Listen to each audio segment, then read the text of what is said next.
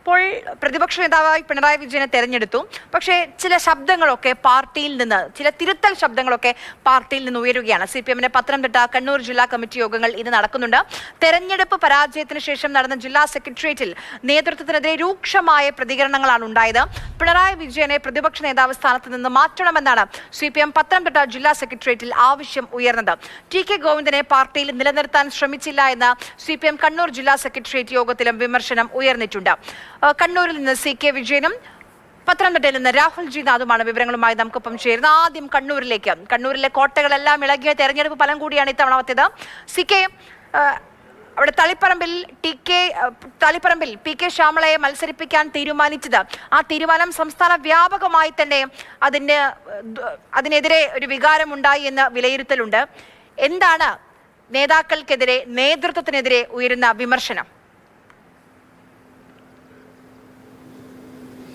അതിൽ ഏറ്റവും പ്രധാനം തളിപ്പറമ്പിലെ സ്ഥാനാർത്ഥി നിർണയം തന്നെയാണ്. ആ സ്ഥാനാർത്ഥി നിർണയം തളിപ്പറമ്പിലോ കണ്ണൂർ ജില്ലയിലോ മാത്രമല്ല, പത്തനംതിട്ടയിലും കൊല്ലത്തും ഉൾപ്പെടെയുള്ള തെക്കൻ ജില്ലകളിൽ ഉൾപ്പെടെ അത് വലിയ രീതിയിൽ ചർച്ചയാവുകയും ചെയ്തു.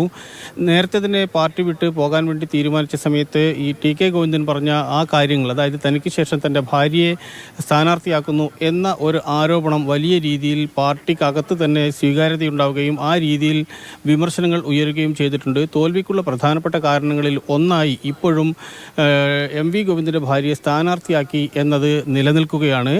അതിന് സമാനമായ രീതിയിലാണ് ഇന്നലെയും ഈ സെക്രട്ടേറിയറ്റ് യോഗത്തിൽ, കണ്ണൂർ ജില്ലാ സെക്രട്ടേറിയറ്റ് യോഗത്തിൽ വിമർശനമുണ്ടായത്. TK ഗോവിന്ദന് പാർട്ടിയിൽ നിന്ന് പോകുന്നത് തടയാൻ വേണ്ടി ആരും ശ്രമിച്ചില്ല എന്നതാണ് ആദ്യത്തെ കാര്യം. അങ്ങനെ തടയാൻ ശ്രമിച്ചിരുന്നെങ്കിൽ, ആത്മാർത്ഥമായി ഇടപെട്ടിരുന്നു എങ്കിൽ TK ഗോവിന്ദൻ പാർട്ടി വിട്ട് പോകുമായിരുന്നില്ല. പോകുന്നെങ്കിൽ പോകട്ടെ എന്നൊരു നിലപാടാണ് CPM-ന്റെ കണ്ണൂർ ജില്ലാ കമ്മിറ്റി എടുത്തത് എന്ന വിമർശനം വലിയ രീതിയിൽ ഈ സെക്രട്ടേറിയറ്റ് യോഗത്തിൽ ഉണ്ടായി.